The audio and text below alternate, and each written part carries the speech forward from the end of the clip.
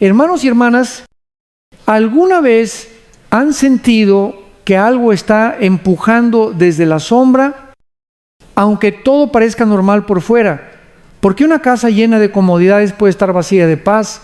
¿Por qué una conversación sencilla de pronto se convierte en una batalla de orgullo y ofensas? No es imaginación. Es que la realidad visible es apenas un fragmento. La Escritura lo dice claro. Nuestra lucha no es contra sangre y carne. Efesios 6, 1, 2. Es decir, hay una guerra invisible. No se libra en trincheras de tierra, sino en la mente, en el corazón y en la sala de nuestra casa. Y el arma favorita del enemigo no siempre es el ruido, sino el susurro, el engaño, la media verdad, la idea bonita que pone al yo por encima de Dios. Pensemos en esto con calma. El mal no siempre entra con cuernos, entra con envoltura de libertad, de progreso, de sé tú mismo sin límites. ¿Les suenan redes sociales que premian la arrogancia? Contenidos que normalizan lo que antes llamábamos pecado. Conversaciones donde la burla a la fe es señal de inteligencia. ¿Cuántas veces una ideología que se vende como humanista ha terminado destruyendo familias, aplastando conciencias, sembrando división? El enemigo es astuto, hace del veneno una bebida elegante. Nos susurra, no pasa nada. Es tu vida. Y sin darnos cuenta, cambiamos la brújula, dejamos de preguntarnos ¿qué quiere Dios? Y empezamos a repetir ¿qué se me antoja? La Biblia nos advierte que el diablo anda como león rugiente, 1 Pedro 5:8, pero también que se disfraza como ángel de luz, 2 Corintios 1:4. ¿Cómo opera ese disfraz hoy? A veces por ideas que exaltan el ego, tu verdad, tus reglas. A veces por placeres que parecen inocentes, solo es un poco, todos lo hacen. A veces por relaciones bonitas que poco a poco te alejan de la obediencia. El fruto es visible, ¿verdad? Relativizada, moral ridiculizada, pecado celebrado. Y no solo allá afuera, también en las 4 paredes del hogar, esposo contra esposa, padres contra hijos, hermanos que ya no se hablan, nada de golpes, pura grieta silenciosa, el rencor que no se confronta, la duda que no se aclara, la omisión que se vuelve costumbre. Déjenme hacerles una pregunta pastoral directa. ¿En qué punto cediste 1 centímetro de terreno? Tal vez en la pantalla que no hace daño, en la conversación donde callaste por miedo al qué dirán, en el negocio donde justificaste una trampa para salir adelante. Esas rendijas son puertas y lo que entra roba. Jesús lo dijo, el ladrón no viene sino para hurtar, matar y destruir. Juan 1:0. El ladrón roba paz, mata a propósito y destruye identidad, y lo hace paso a paso para que ni siquiera notes que la conciencia dejó de arder y que la voz del Espíritu se oye cada vez más lejos. Pero aquí no venimos a asustarnos, sino a despertar. ¿Cómo se pelea una guerra que no se ve con discernimiento y con armas espirituales? El apóstol Pablo lo declara: las armas de nuestra milicia, poderosas en Dios, 2 Corintios 1:4. ¿Cuáles son? La verdad que expone la mentira, la justicia que incomoda al pecado, la fe que apaga los dardos de la duda, la oración que rompe cadenas, La palabra que alumbra donde el enemigo quiso esconderse, no se vence al engaño con emociones, sino con luz. ¿Cuál es tu luz hoy? ¿Qué texto de la Escritura confronta esa pequeña concesión que te está costando caro? Miremos un ejemplo cercano a nuestra cultura. En nuestra comunidad latina, valoramos la familia, pero el enemigo puede torcer incluso lo bueno, convierte la lealtad familiar en excusa para tolerar el pecado. Así somos en ni modo. El amor en control. Si me amas, Sid. La provisión en idolatría. Primero el dinero. Entonces, cuando se confronta un mal hábito, alguien responde: no exageres, pastor. ¿De veras exageramos cuando la casa arde por dentro? ¿No sería más amoroso apagar el fuego a tiempo? La guerra espiritual se gana antes del incendio con decisiones pequeñas. Valiente, a la luz de Cristo. También quiero hablarles de la mente. Hoy, hey, ansiedad, cansancio, ruido. ¿O saben por qué? Porque donde falta verdad, sobra confusión, y donde sobra confusión, la paz se vuelve un lujo. El enemigo sabe que una mente inquieta no escucha a Dios, por eso nos distrae. ¿Nunca les ha pasado que al abrir la Biblia aparece una urgencia, que al orar el teléfono no deja de sonar? No es casualidad. Por eso Jesús nos enseñó a entrar en lo secreto. Mateo 6:6. Aparte en un espacio real, diario, sin pantalla, para oír al Señor. 5 minutos, empiecen por ahí. 10 mayor. No peleen desarmados. Ahora, apliquemos 3 pasos sencillos para hoy. Nombra la mentira. Escríbela. No pasa nada si Dios quiere que yo sea feliz, aunque desobedezca. Todos lo hacen. Cuando la mentira tiene nombre, pierde poder. Luego enfréntala con un versículo corto memorizado. Por ejemplo, santifícalos en tu verdad. Tu palabra es verdad. Juan 1:7. Cierra la rendija. Identifica la puerta por donde entra la sombra, un hábito, una relación, un contenido. Pon un límite concreto, borra, bloquea, confiesa, pide ayuda. La obediencia parcial es desobediencia educada. Hoy mismo toma una acción visible, enciende la luz.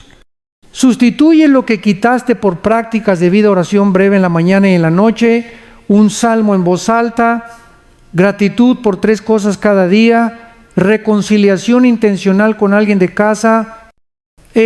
La luz no discute con la oscuridad, la desplaza. Quizá alguien piensa: pastor, ya me metí demasiado hondo. Escucha, Cristo no solo expone la oscuridad, la derrota. El Hijo de Dios se manifestó para deshacer las obras del diablo. 1 Juan 3:8, no es tu fuerza, es su autoridad. Cuando Jesús entra, lo que estaba escondido sale, lo que estaba roto empieza a sanar. Lo que estaba muerto responde a su voz. ¿Te atreves a invitarlo de veras? No como adorno cultural, sino como Señor. Hagamos una breve oración. Si puedes, repite: después de mí, Señor Jesús, hoy reconozco que hay una guerra que yo no veo, pero que me afecta. Renuncio a la mentira, a la culpa y al orgullo. Abro mi corazón a tu luz. Revela las puertas que dejé abiertas y dame valentía para cerrarlas. lávame con tu sangre, renueva mi mente con tu palabra y establece tu paz en mi casa. Declaro que tú eres mi Señor y mi victoria. Amén. Y ahora, como pastor, te bendigo que el Dios de paz aplaste en breve al enemigo bajo tus pies. Romanos 1:6-2:0. Que sobre tu hogar repose una nube de claridad. Que donde hubo confusión, venga dirección. Donde hubo miedo, nazca fe. Y donde hubo división, florezca perdón. Si esta palabra tocó tu vida, suscríbete, comparte y comenta. Escribe: yo busco la protección de Dios. No está solo el cielo pelea por ti cuando te alineas con la verdad. Empecemos hoy, hermanos. El mal no siempre grita, a veces sonríe. No llega con rostro de monstruo, sino disfrazado de consejo sabio, de tendencia moderna, de nuevo pensamiento. El enemigo no necesita empujarte al abismo si logra convencerte de que el abismo es un atajo hacia la felicidad. Así opera el disfraz del mal, hace que el pecado parezca sabiduría.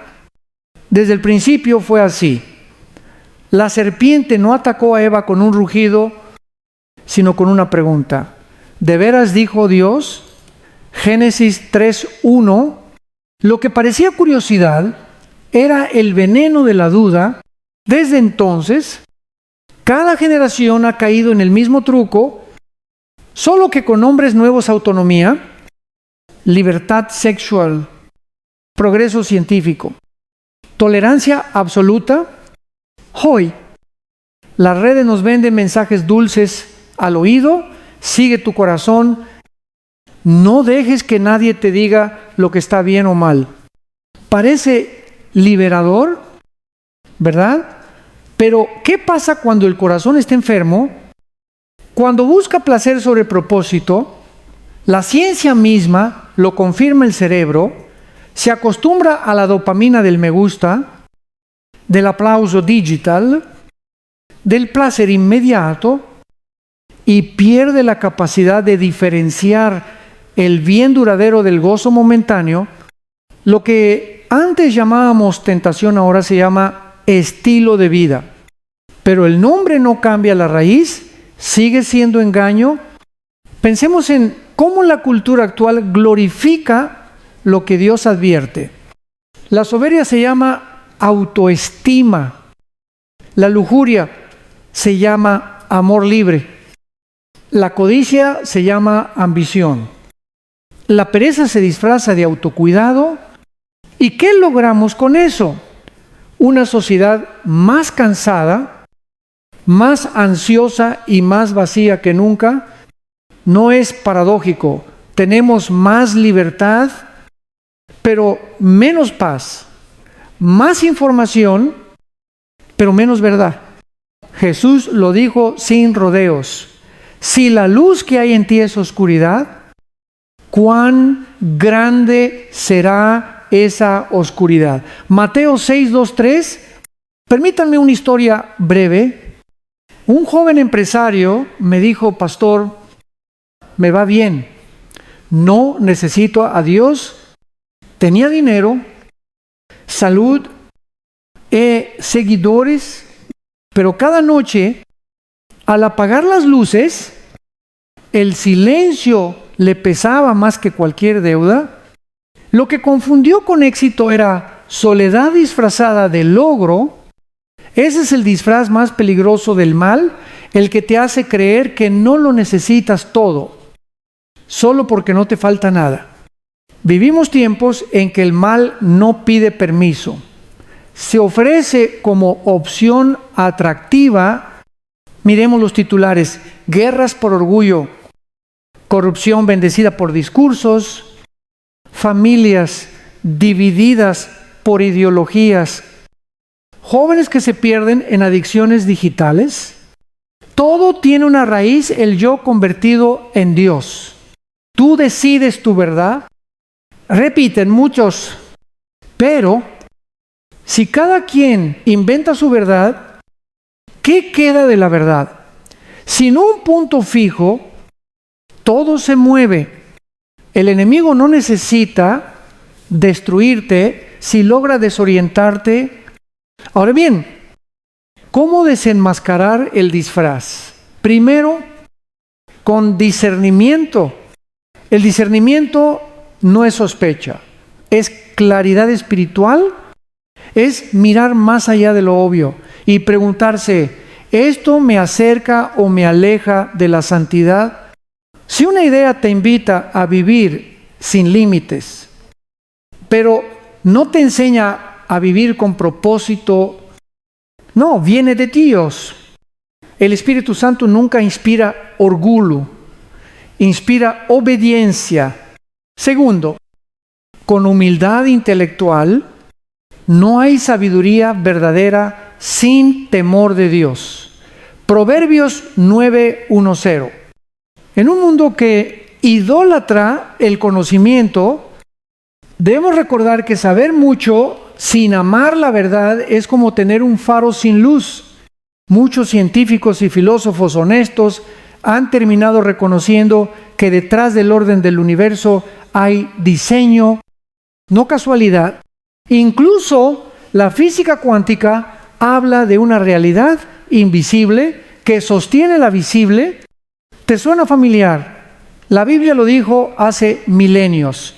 Lo invisible sostiene lo visible. Hebreos 1:3. Tercero, con resistencia práctica, no basta con saber que el mal se disfraza. Hay que decidir no invitarlo. ¿Cuántas veces permitimos entrar a casa programas, canciones o conversaciones que alimentan lo contrario de lo que oramos, nos arrodillamos pidiendo paz? Pero encendemos pantallas que siembran violencia, pedimos unidad, pero repetimos chismes, pedimos pureza, pero toleramos lo impuro porque todos lo hacen. ¿No sería hora de ser coherentes? Si el enemigo se disfraza de sabiduría, tú vístete de discernimiento. Les confieso algo, el mal no teme a los cristianos que saben versículos, teme a los que viven conforme a ellos. La obediencia es la desnudez del disfraz. Cuando eliges verdad sobre conveniencia, luz sobre moda, integridad sobre popularidad, el enemigo queda expuesto. Él no soporta la coherencia. ¿Y tú, querido hermano, en qué área el disfraz te ha engañado? Tal vez en la forma de amar, de trabajar, de opinar, de entretenerte. Hoy el Espíritu te dice, despierta. No, todo lo que brilla viene del cielo. Hay luces que ciegan y voces que halagan para luego esclavizar. Pero hay una voz, la de Cristo, que siempre libera. Él dijo, conoceréis la verdad y la verdad os hará libres. Juan 8:3-2. No dijo felices, dijo libres, porque a veces la verdad duele antes de sanar, pero siempre sana. Hagamos una pausa para orar. Cierra los ojos. Si puedes, Padre, abre mis ojos para ver más allá de las apariencias. Enséñame a discernir lo que parece bueno, pero no lo es. Quita de mí el deseo de agradar al mundo y dame hambre de agradarte a ti. Que no me deslumbre la sabiduría humana si me aleja de la divina. Vísteme con tu luz para que el disfraz del mal no me engañe. En el nombre de Jesús, rompo con toda mentira que se ha hecho hábito en mi vida. Amén.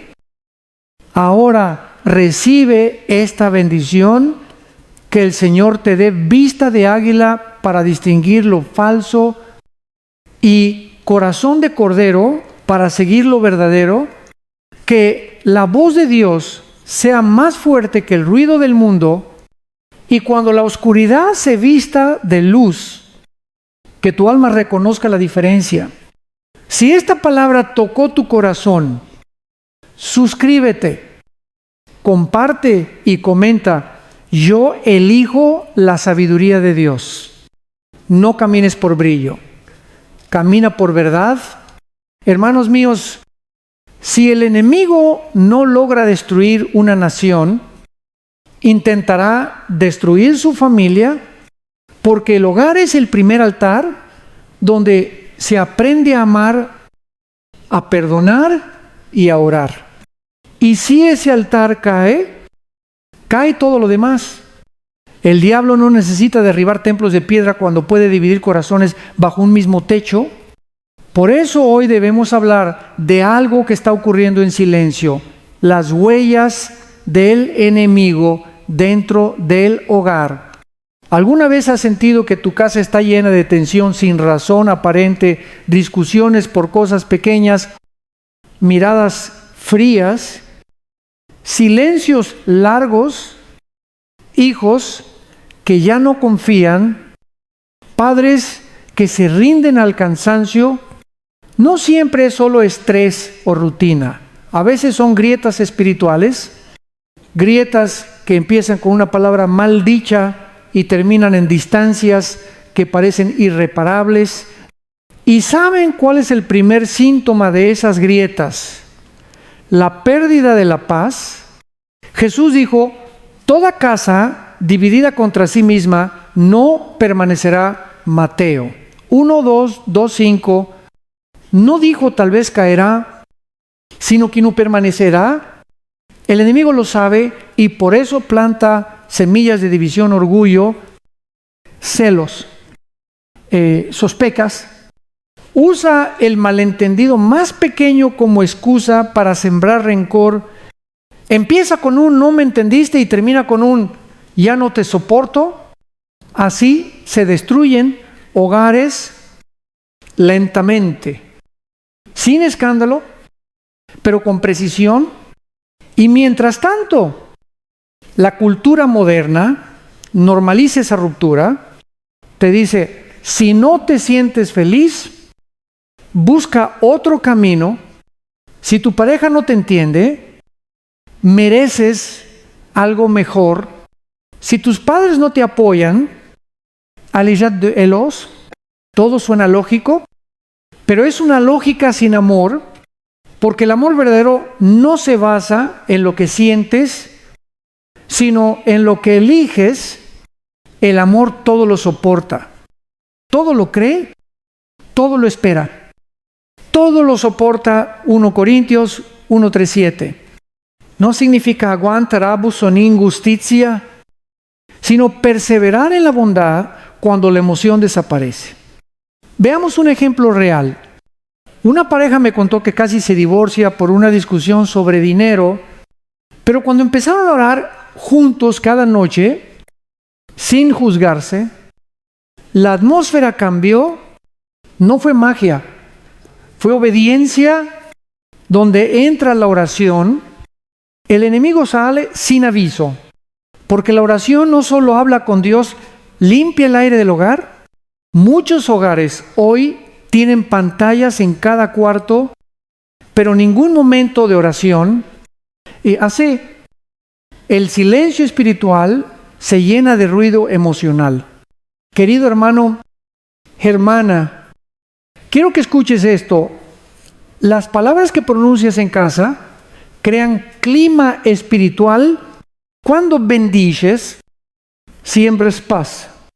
Cuando maldices, abre grieta. Cuando agradeces, levantas muros de luz. Pero cuando criticas, construyes trampas que tú mismo pisas. No podemos orar por un hogar unido y hablar palabras que dividen. El enemigo no entra con violencia, entra por la lengua también trabaja a través del cansancio. Hay padres agotados que dejan de guiar espiritualmente a sus hijos porque no tienen tiempo, pero el diablo sí tiene tiempo. Él sí sabe esperar la oportunidad. Mientras tú callas por cansancio, el mundo grita sus mentiras y los hijos que no escuchan fe en casa la buscarán fuera, y allá afuera los espera el disfraz del mal que mencionamos antes. ¿Y qué hay de los hijos? Muchos cargan heridas de palabras, nunca pedidas perdón, hijos que se hicieron adultos sin reconciliar con su padre o madre, y esa herida se repite en su propio matrimonio. Es un ciclo generacional que solo se rompe con humildad. Tal vez tú seas el primero de tu familia en decir, ya basta, hoy decido perdonar y pedir perdón. Esa decisión tiene poder, porque donde hay arrepentimiento, hay resurrección. Miren cómo actúa la división. Un hermano deja de hablarle al otro por una herencia. Una madre y una hija se distancian por un malentendido. Un matrimonio duerme en la misma cama, pero vive en dos mundos. Todo eso son huellas del enemigo. Y lo triste es que muchos no las notan porque se acostumbraron al frío, pero Dios no nos diseñó para sobrevivir juntos, sino para sanar juntos. Hoy te invito a examinar tu hogar, no el orden de los muebles, sino el orden del corazón. Hay resentimientos escondidos, hay oraciones que se dejaron de hacer, hay conversaciones que el miedo congeló. Si es así, estás a tiempo. La guerra espiritual se gana con actos sencillos: pedir perdón, apagar el orgullo, excusar sin defender, abrazar sin justificar. Recuerda que no luchas contra tu cónyuge, tus hijos o tus padres. Luchas contra el enemigo que quiere que creas que ellos son el problema. Pero el problema real es el engaño que rompe la unidad. El diablo odia el amor genuino porque no puede imitarlo. Puede copiar la pasión, el interés, la emoción, pero no el amor sacrificial. Cuando una familia decide orar junta, aunque esté herida, el infierno tiembla. Déjame decirte algo muy claro: Dios aún puede restaurar tu casa. No importa si los hijos se fueron, si el matrimonio se enfría, si los hermanos ya no se hablan, el Espíritu Santo puede encender un fuego nuevo. Él no viene a recordar tus fracasos, sino a reconstruir lo que creías perdido. Pero hay que dejarlo entrar, no como visita, sino como Señor del hogar. Hagamos una oración de restauración familiar. Si puedes, pon la mano sobre tu pecho o imagina tu casa frente a ti. Señor Jesús, hoy reconozco que en mi hogar hay grietas que solo tú puedes sanar. Perdóname por las palabras duras, por el orgullo, por el silencio. Hoy renuncio a toda división que no viene de ti. Declaro que mi casa es territorio de tu presencia, que tu amor apague el fuego del rencor y encienda la llama del perdón. Une lo que el enemigo quiso separar. Haz de mi familia un testimonio de tu poder. En el nombre de Jesús. Amén. Ahora escucha esta bendición. Que la sangre de Cristo cubra cada puerta y cada habitación de tu casa. Que la paz regrese como río. Que las risas sustituyan las discusiones y que el amor reemplace el miedo. No importa el tamaño de la herida, el poder de Dios es más grande. Si esta palabra te habló, suscríbete, comparte y comenta. Yo declaro que mi casa pertenece a Dios, porque cuando una familia ora unida, ningún enemigo prevalece. Hermanos, cada semilla da fruto según su naturaleza. Una semilla de mango jamás dará espinas, ni una espina producirá dulzura. Lo mismo ocurre en el alma, lo que sembramos en el corazón, eso cosechamos en la conducta. Por eso Jesús dijo, por sus frutos los conoceréis, Mateo 7, 1, 6. No se trata solo de moral, sino de vida espiritual. Hoy vamos a mirar de frente los frutos de la oscuridad, esos que el enemigo planta poco a poco hasta que el alma se acostumbra al mal y lo llama normalidad. El primer fruto es el engaño. Es la raíz de todos los demás. El diablo no destruye con fuerza, sino con mentira. Él no te dice peca, te susurra. No es tan grave. Te convence de que el error pequeño no hace daño, que lo que importa son las intenciones, pero el engaño no se mide por tamaño, sino por dirección. Un grado de desvío hoy puede convertirse en kilómetros de distancia mañana. ¿Cuántas personas viven atrapadas en una vida que nunca planearon solo porque aceptaron una mentira a tiempo? El engaño te roba discernimiento y apaga tu sensibilidad espiritual. Llega un punto donde ya no sabes si escuchas al espíritu o al ego. El segundo fruto es el odio, y este no siempre grita ni golpea. A veces es un resentimiento silencioso, una herida que se alimenta con recuerdos. El odio empieza donde el perdón se detiene. Puede nacer en la familia, en la iglesia, en el trabajo. La ciencia lo confirma. La amargura prolongada cambia la química del cerebro, debilita el sistema inmune y produce enfermedades psicosomáticas, pero más grave aún, apaga el amor.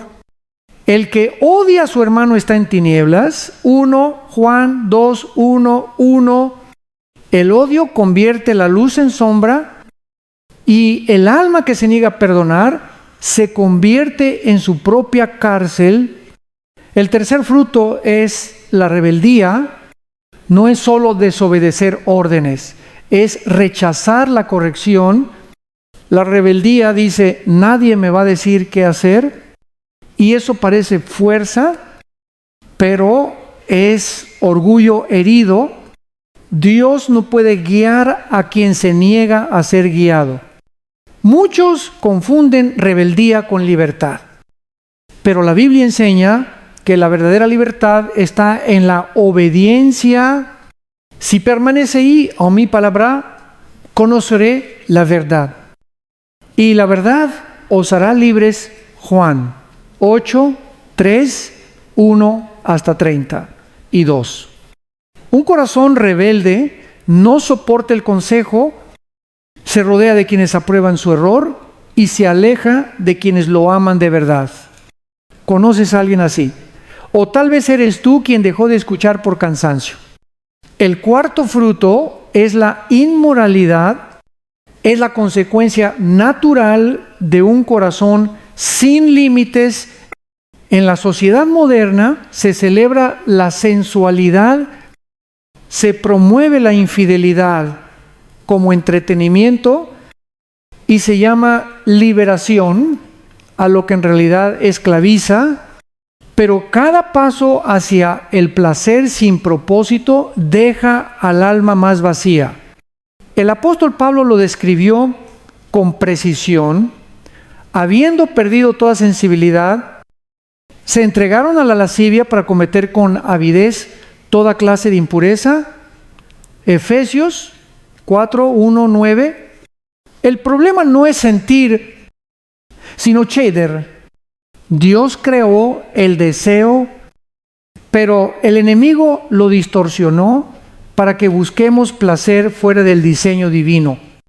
La inmoralidad promete gozo, pero entrega vergüenza. Promete libertad, pero produce cadenas.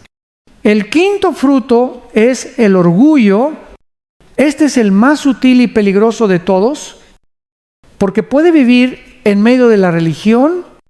El orgullo espiritual dice: yo estoy bien, los demás necesitan cambiar. Te hace creer que ya no necesitas orar tanto, que ya sabes suficiente, que tu forma es la correcta. Pero la Biblia es clara: Dios resiste a los soberbios y da gracia a los humildes. Santiago 4:6. El orgullo no solo te separa de las personas, sino también de la voz de Dios. Un corazón orgulloso deja de aprender, deja de agradecer y empieza a juzgar. Y cuando estos frutos se combinan: engaño, odio, rebeldía, inmoralidad y orgullo, el alma entra en un estado de oscuridad profunda. Se vuelve difícil orar, difícil amar, difícil escuchar. La persona no se da cuenta, pero empieza a justificar su pecado. Así soy yo. Dios me entiende. No es para tanto. Y así el enemigo logra su objetivo: convencerte de que no hay nada que cambiar. Pero hay esperanza, porque así como los frutos malos nacen de semillas oscuras, los frutos del Espíritu nacen de la semilla divina. Gálatas 5:2 nos recuerda: el fruto del Espíritu es amor, gozo, paz, paciencia, benignidad, bondad, esfi, mansedumbre, templanza. Fíjate, donde hay amor, el odio no puede quedarse. Donde hay gozo, el orgullo no crece. Donde hay templanza, la inmoralidad no florece. Entonces, ¿qué semilla estás regando cada día? Las acciones pequeñas son los riegos del alma. Cuando eliges perdonar, riegas amor. Cuando eliges callar para no herir, riegas paz. Cuando eliges obedecer, riegas humildad. El jardín de tu vida espiritual no se cuida solo los domingos. Se cuida en las decisiones cotidianas. Voy a contarte algo que ocurrió en un grupo de oración. Un hombre, después de muchos años de resentimiento con su padre, oró diciendo: Dios, no puedo perdonarlo. Y el Espíritu le respondió en su corazón: no puedes, porque no has dejado que yo lo haga en ti. Lloró, perdonó, y desde entonces su salud física también empezó a mejorar. No fue magia, fue fruto nuevo. Porque ¿dónde entra la luz? El fruto cambia. Quiero que hoy identifiques uno de esos 5 frutos en tu vida, no para condenarte, sino para sanarte. Pregúntate: ¿dónde hay engaño? ¿Dónde guardo resentimiento? ¿Dónde resisto la corrección? ¿Dónde justifico lo impuro? ¿Dónde el orgullo me impide avanzar? Nómbralo y llévalo a los pies de la cruz. Porque el mismo Jesús que maldijo la higuera estéril puede hacer florecer tu alma otra vez. Hagamos una oración de limpieza espiritual. Señor Jesús, hoy te entrego mis frutos de oscuridad. Arranca de mí la raíz del engaño, del odio, de la rebeldía, de la inmoralidad y del orgullo. Planta en mí tu semilla de luz, que mi carácter refleje tu amor y mi vida dé testimonio de tu gracia. No quiero excusas, quiero transformación. limpia mi mente, renueva mi corazón y hazme dar fruto que permanezca en el nombre poderoso de Jesús. Amén. Y recibe esta bendición, que el Espíritu Santo haga de tu vida un huerto nuevo. Que donde hubo espinas, broten flor de misericordia. Que cada palabra tuya sea semilla de paz. Y cada decisión, un acto de luz. Si esta palabra te tocó, comenta, quiero dar fruto de luz. Y recuerda, el mal no vence por fuerza, sino por abandono. Deja de regarlo y morirá. Queridos hermanos, ¿alguna vez han sentido como si su mente fuera un campo de batalla? Todo parece estar bien por fuera, pero por dentro hay ruido, ansiedad, pensamientos que no se callan. Intentas dormir, pero el corazón late fuerte. Intentas orar, pero la mente no se concentra. Intentas sonreír, pero la paz se escapa. Esa sensación no es casual. Es una de las tácticas más antiguas del enemigo, robar la paz interior. Jesús dijo, mi paz os dejo, mi paz os doy. Yo no os la doy como el mundo. La da Juan 1, 4, 2, 7. Eso significa que hay dos tipos de paz, la superficial, que depende de las circunstancias, y la verdadera, que depende de la presencia de Cristo. La primera es frágil, como el cristal se rompe con cualquier problema. La segunda es profunda, como el mar, puede haber tormenta arriba, pero abajo todo sigue en calma. Esa es la paz que el diablo no soporta, porque cuando un creyente camina en paz, camina en poder. Hoy vivimos en una época donde la mente es el blanco principal. No hace falta una guerra externa para tener soldados caídos. Basta con llenar la cabeza de miedo, preocupación y duda. Mira las noticias, catástrofes, violencia, enfermedades, crisis económicas. Mira las redes, comparaciones, perfeccionismo, la necesidad constante de aprobación. Cada scroll es un dardo que roba tranquilidad. Y el enemigo sabe que cuando pierdes la paz, pierdes la claridad. Sin paz, tomas decisiones desde el miedo, hablas sin pensar, reaccionas sin orar. El apóstol Pablo lo explicó magistralmente: no se inquieten por nada, sino presenten sus peticiones a Dios en toda oración y ruego, y la paz de Dios, que sobrepasa todo entendimiento, guardará sus corazones y sus pensamientos en Cristo Jesús. Filipenses 4, 6, 7. Observa la promesa: la paz no llega cuando todo se soluciona, sino cuando todo se entrega. No es el control lo que produce descanso, sino la confianza. Pero ¿cómo actúa el enemigo para quitarnos esa paz? Lo hace con 4 armas principales: el miedo, la culpa, la preocupación y la distracción. El miedo exagera los problemas, te hace imaginar escenarios que ni siquiera han ocurrido. Es el y sí, que nunca termina. Miedo al futuro, al rechazo, a fracasar, a envejecer. Pero Dios no nos dio un espíritu de temor, sino de poder, amor y dominio propio. 2 Timoteo 1:7. Cuando sientas miedo, no digas no tengo miedo. Di tengo a Dios, porque el miedo no se vence negándolo, sino recordando quién está contigo. La culpa es otro ladrón silencioso.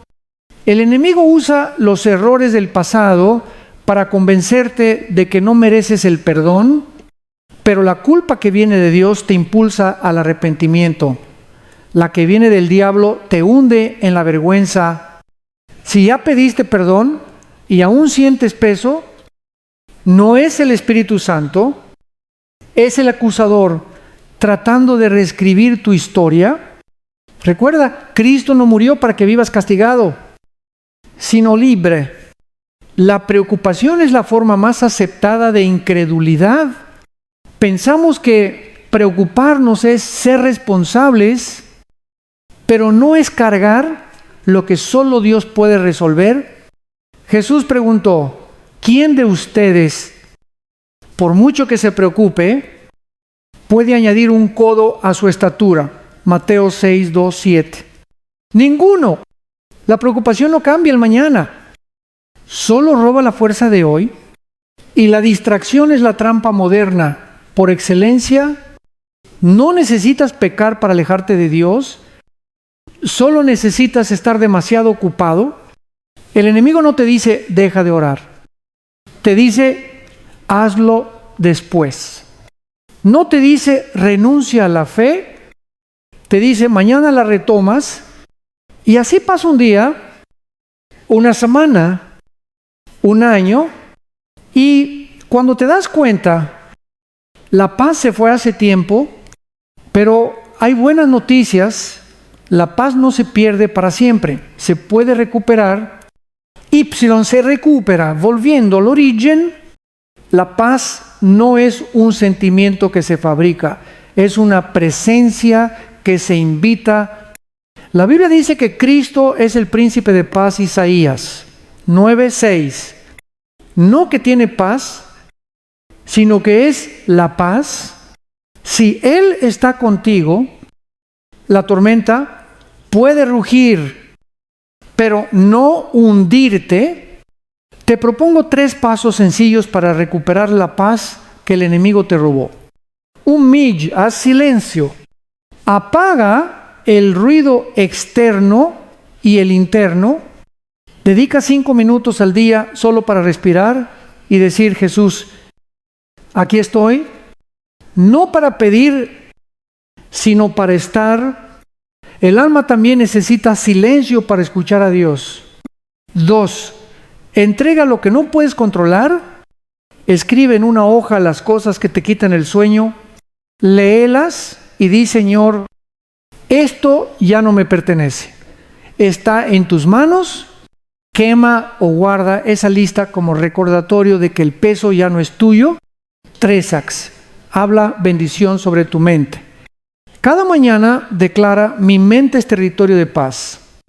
Mi corazón pertenece a Cristo. Nada me robará la calma que Él me da. La paz se alimenta con palabras de fe. Déjame contarte algo real. Una mujer en nuestra iglesia vivía con ansiedad crónica. Los médicos no encontraban causa física.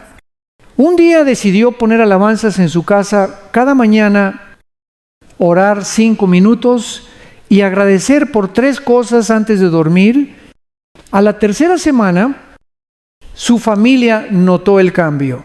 Ya no lloraba sin razón. Ya no gritaba, dormía tranquila. No fue un milagro instantáneo, fue un proceso de entrega. La paz regresó porque volvió a invitar a Cristo a cada rincón de su rutina. Hagamos juntos una oración por la paz interior. Si puedes, pon la mano en tu frente y repite, Señor Jesús, hoy entrego mi mente, mi corazón y mis emociones en tus manos. Rompe todo pensamiento que me robe la paz. Calla las voces del miedo y de la culpa. Lléname con tu presencia, que sobrepasa todo entendimiento. Que mi hogar, mis decisiones y mis noches estén bajo tu calma divina. Declaro que mi mente es tuya y que nada podrá perturbar el reposo que tú me das. Amén. Y ahora te bendigo con las palabras de Números 6:2-6, Jehová alce sobre ti su rostro y ponga en ti paz. Que donde hubo confusión, haya claridad. Donde hubo llanto, haya descanso. Que esta semana duermas con la certeza de que el cielo vela por ti. Y si esta palabra tocó tu corazón, suscríbete, comparte y comenta. Declaro paz sobre mi mente y mi casa. Recuerda, cuando Cristo gobierna tu interior, el enemigo pierde su territorio. Hermanos amados, hoy quiero hablarles de una guerra más antigua que las naciones y más silenciosa que las bombas. La rebelión contra la palabra de Dios. Desde el principio, el enemigo no atacó con fuerza, sino con una pregunta. ¿De veras dijo Dios? Génesis 3:1. Aquella duda fue el inicio de toda desobediencia, porque cuando el hombre empieza a cuestionar la voz de Dios, termina reemplazándola por la suya. Vivimos en una generación que ya no quiere escuchar la verdad, sino justificar su opinión. Muchos dicen la Biblia está desactualizada, era para otra época. Dios entiende que el mundo ha cambiado, pero déjenme decirles algo, el mundo cambia, la verdad no. Los valores humanos giran como las modas, pero la palabra de Dios es la brújula que no se mueve. Aunque el viento cambie de dirección, Jesús mismo lo afirmó: el cielo y la tierra pasarán, pero mis palabras no pasarán. Mateo 2, 4, 3, 5. La rebelión contra la palabra no siempre es obvia. A veces no se grita con blasfemia. Se susurra con indiferencia. No hace falta romper una Biblia para despreciarla. Basta con dejarla cerrada en la mesa. El enemigo no necesita que la niegues, solo que la ignores, porque una Biblia cerrada es una espada sin filo, y un cristiano sin palabra es un soldado desarmado. Miremos alrededor. Las escuelas enseñan que todo es relativo. Las leyes aprueban lo que Dios prohíbe. Los medios ridiculizan la fe. Y lo más triste, hay púlpitos que prefieren agradar a la gente antes que confrontarla con la verdad. Se predican mensajes cómodos. Se quitan las palabras pecado, arrepentimiento, santidad. Se habla de amor sin cruz, de fe sin obediencia, de cielo sin juicio. Pero un evangelio sin confrontación no salva, solo entretiene. Esta rebelión no empezó hoy. Ya el profeta Isaías lo advirtió: ay de los que a lo malo dicen bueno y a lo bueno malo. Isaías 5, 2, 0. Y esa advertencia suena moderna, ¿verdad? Hoy se aplaude lo que destruye y se ridiculiza lo que sana. Se exalta al rebelde y se margina al justo. Pero no te equivoques, cuando la humanidad se levanta contra la palabra, no desafía un libro, desafía al autor. La ciencia, en su mejor versión, revela la grandeza de Dios. Pero en su peor versión, intenta reemplazarlo. Algunos dicen: no necesitamos a Dios, tenemos tecnología. Sin embargo, cuanto más avanza la ciencia, más confirma el orden divino. El ADN, el cosmos, las leyes de la física, todo grita diseño. Incluso científicos honestos como Einstein o Newton reconocieron la evidencia de un creador. Entonces, ¿quién realmente se ha alejado? ¿El hombre no Dios. El enemigo siempre ha usado la misma estrategia, distorsionar la palabra.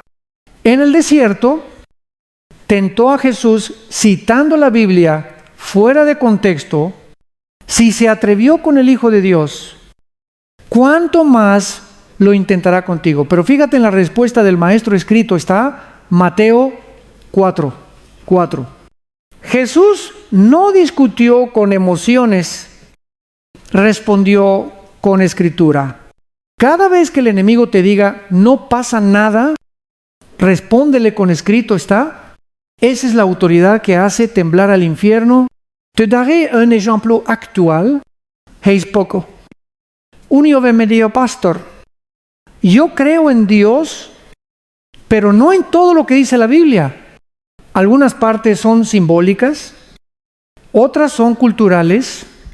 Yo le respondí, si tú puedes decidir qué parte es verdad y cuál no, entonces tú eres tu propio Dios. Y guardó silencio. Esa es la raíz de la rebelión, querer tener el control incluso sobre lo divino. Pero el creyente maduro no se somete porque entiende todo, sino porque confía en quien lo dice. Hay también una rebelión disfrazada de sabiduría cuando usamos la Biblia para justificar lo que queremos. Personas que citan versículos fuera de contexto para defender su pecado, su orgullo o su venganza. Esa es una forma moderna de manipulación espiritual. Dios no bendice interpretaciones convenientes, bendice corazones humildes. Y hay otra rebelión más peligrosa, la indiferencia. Muchos ya no niegan a Dios, simplemente lo ignoran, no lo insultan, pero tampoco lo obedecen. Lo usan cuando lo necesitan, lo olvidan cuando todo va bien. Pero el amor a Dios no se mide por emociones, sino por obediencia. Si me amáis, guardad mis mandamientos. Juan 1:4-1:5. Hermanos, necesitamos volver a la palabra con hambre. Como quien busca agua en el desierto, no basta con leerla. Hay que dejar que nos lea a nosotros. Cada versículo es un espejo que revela quiénes somos y hacia dónde vamos. Cuando un pueblo vuelve a la Escritura, el enemigo pierde autoridad. Cuando un hogar se edifica sobre la Biblia, ninguna tormenta lo destruye. Permíteme preguntarte, ¿cuánto tiempo hace que no lees la palabra con atención? ¿Hace cuánto que no subrayas una promesa? Que no memorizas un versículo, que no meditas en silencio. La fe no se debilita por falta de oración, sino por falta de verdad. El corazón que no se alimenta de la Escritura termina comiendo mentiras del mundo. Hagamos una oración de retorno a la palabra. Si puedes, coloca tu mano sobre una Biblia o imagina su peso sobre tu corazón. Señor Jesús, perdóname por las veces que he ignorado tu palabra. Hoy decido volver a ella con reverencia y hambre. Enséñame a amar la verdad más que mis opiniones.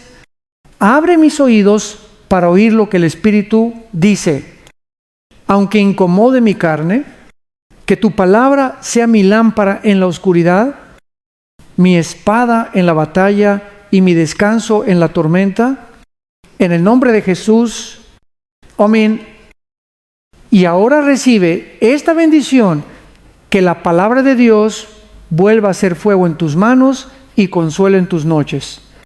Que cada página encendida sea un escudo contra la confusión, que tu mente sea anclada en la verdad y tu boca proclame la fe sin temor. Si esta palabra tocó tu corazón, comenta, vuelvo a la palabra de Dios, porque quien se somete a la Escritura vence a la oscuridad.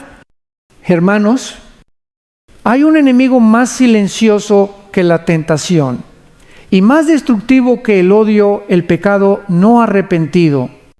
No hablo de los errores que lamentas, sino de los que justificas.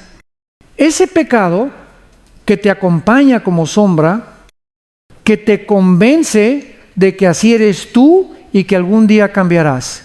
Pero nunca hoy el pecado no arrepentido no solo te aleja de Dios, sino que te insensibiliza hasta que ya no sientes dolor espiritual. Y cuando el alma deja de doler por el mal, está en peligro de morir. David, el rey conforme al corazón de Dios, lo experimentó después de su caída con Betsabé. No perdió el trono, ni el poder, ni la admiración del pueblo, pero sí perdió su paz. En el Salmo 32 confiesa: mientras callé, se envejecieron mis huesos en mi gemir todo el día. ¿Sabes qué significa eso? Que el cuerpo empezó a reflejar la carga del alma. Hoy la ciencia lo confirma, la culpa reprimida afecta la salud física. Dios nos diseñó para vivir en verdad, no en negación. El pecado no arrepentido no aparece de golpe. Es un proceso lento, casi imperceptible. Comienza con una excusa, no es tan grave. Luego pasa a la costumbre, ya lo he hecho antes. Finalmente llega la defensa, Dios conoce mi corazón. Pero, escúchame bien, conocer tu corazón no significa aprobar tus acciones.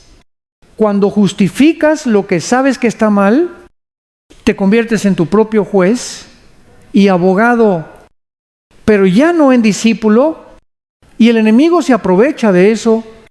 No necesita que renuncies a Dios, solo que pospongas tu arrepentimiento.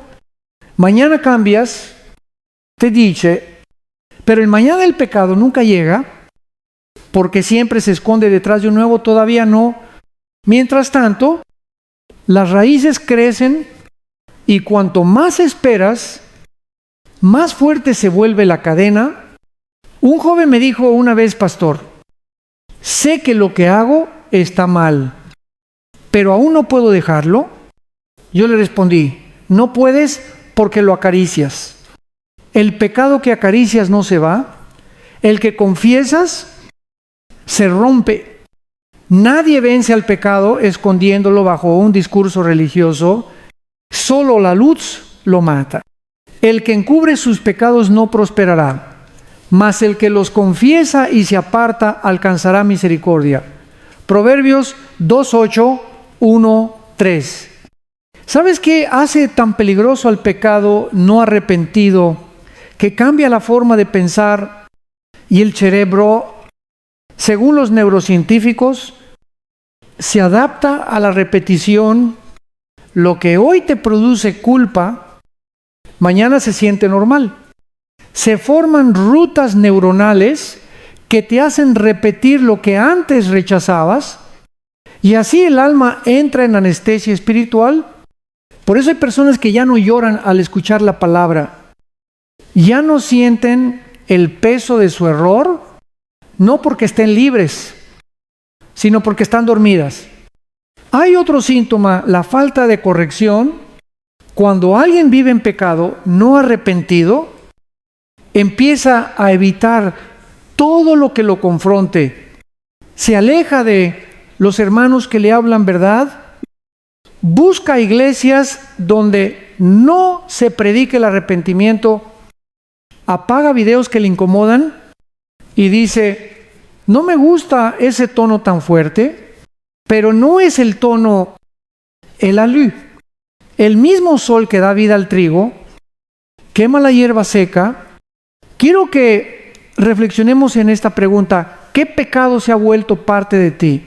Esa mentira piadosa, esa relación que sabes que no agrada a Dios, esa adicción secreta, esa falta de perdón que disimulas con sonrisa. No lo ignores.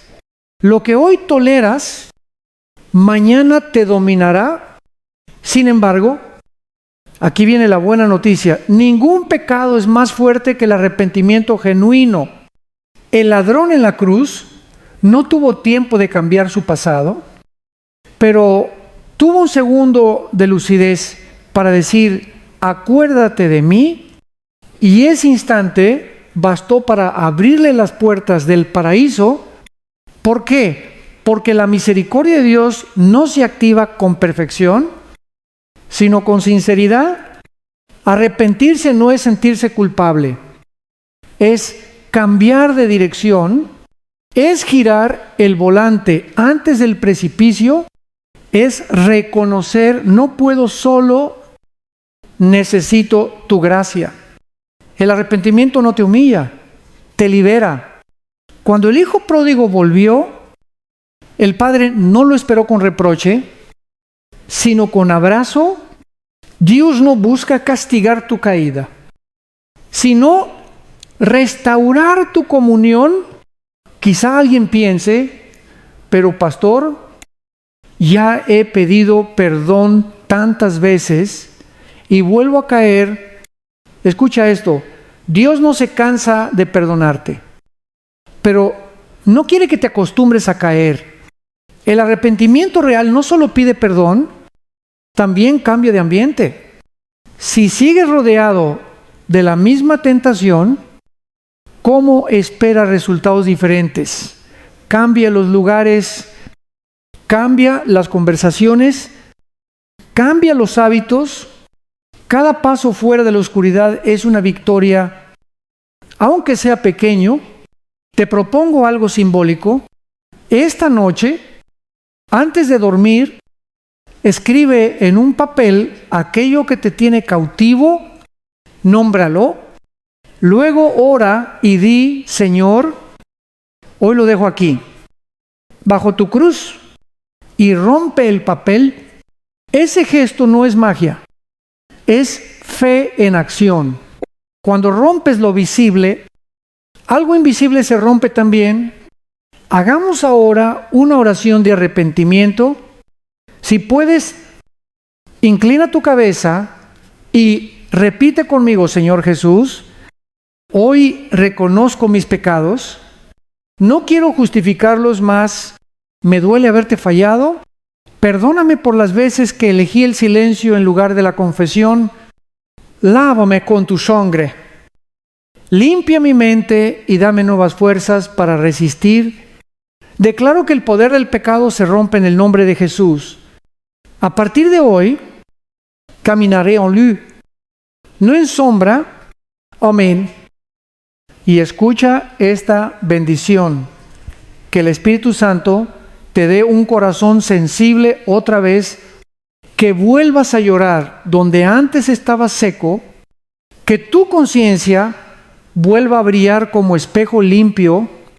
Recuerda, no hay pecado demasiado grande para la cruz, ni alma demasiado lejos para el perdón. Si esta palabra tocó tu vida, comenta, hoy rompo con el pecado y vuelvo a Dios. Porque cada vez que te arrepientes, el cielo celebra y el infierno pierde.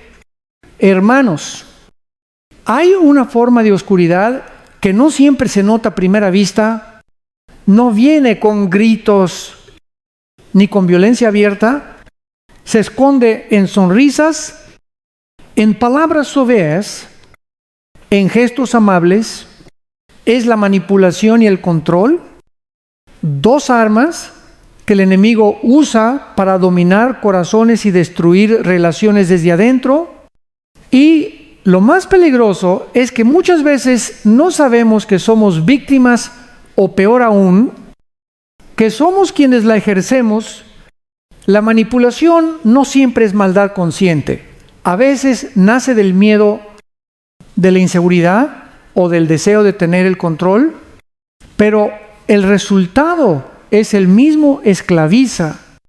El manipulador no busca amar, busca someter. No quiere compartir, quiere dominar, te hace sentir responsable de su felicidad, de su enojo o de su tristeza. te dice cosas como, si me amaras, ¿harías esto? O después de todo lo que hice por ti, ¿así me pagas? Palabras que parecen dulces, pero son cadenas. La Biblia advierte contra este espíritu. En Gálatas 5:1 está escrito, para libertad nos hizo Cristo, estad, pues, firms. Y no estéis otra vez sujetos al yugo de esclavitud. Cuando alguien te manipula emocionalmente, no solo controla tus decisiones, también apaga tu libertad espiritual.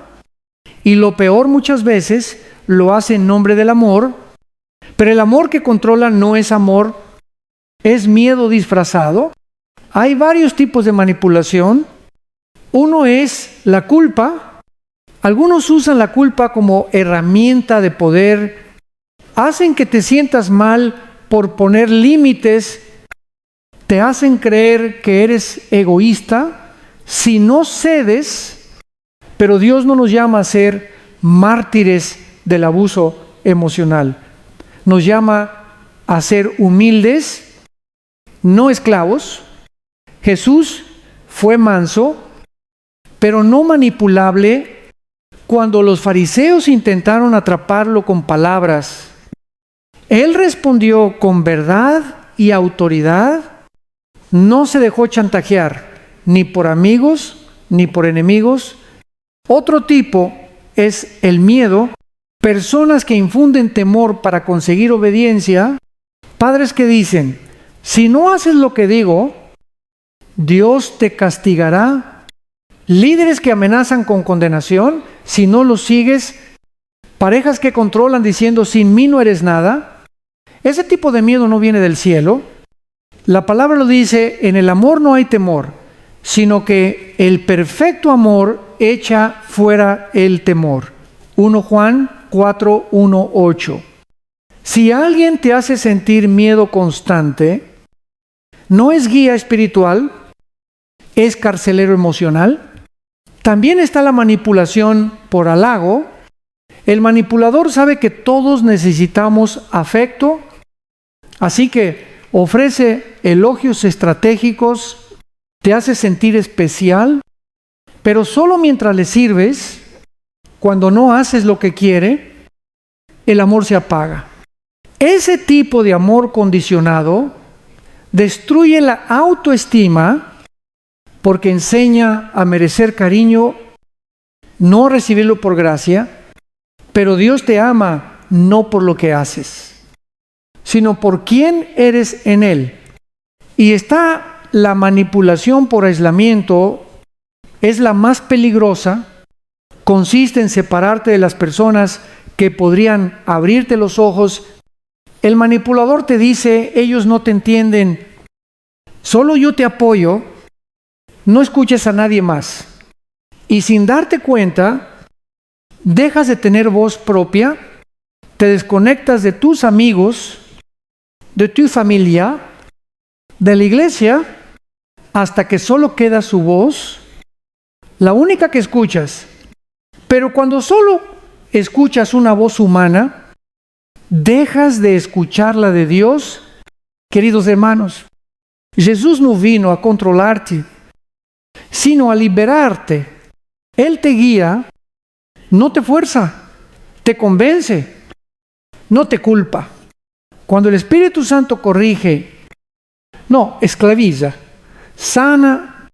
Por eso es importante aprender a discernir. Lo que me mueve es amor o manipulación. ¿Estoy obedeciendo a Dios o a la presión de alguien? A veces el enemigo usa incluso personas buenas, pero heridas, para desviarte del propósito. También debemos examinar nuestro propio corazón. Manipulamos sin darnos cuenta. Tal vez usamos el silencio para castigar, la culpa para obtener atención, o la lágrima para conseguir lo que queremos. Es fácil caer en eso porque el control da sensación de seguridad, pero la fe verdadera suelta, confía, permite que Dios obre incluso cuando no lo entendemos, querer controlarlo todo. Es decirle a Dios, no confío en tu tiempo. Déjame contarte una historia. Una mujer llevaba años controlando a su familia con frases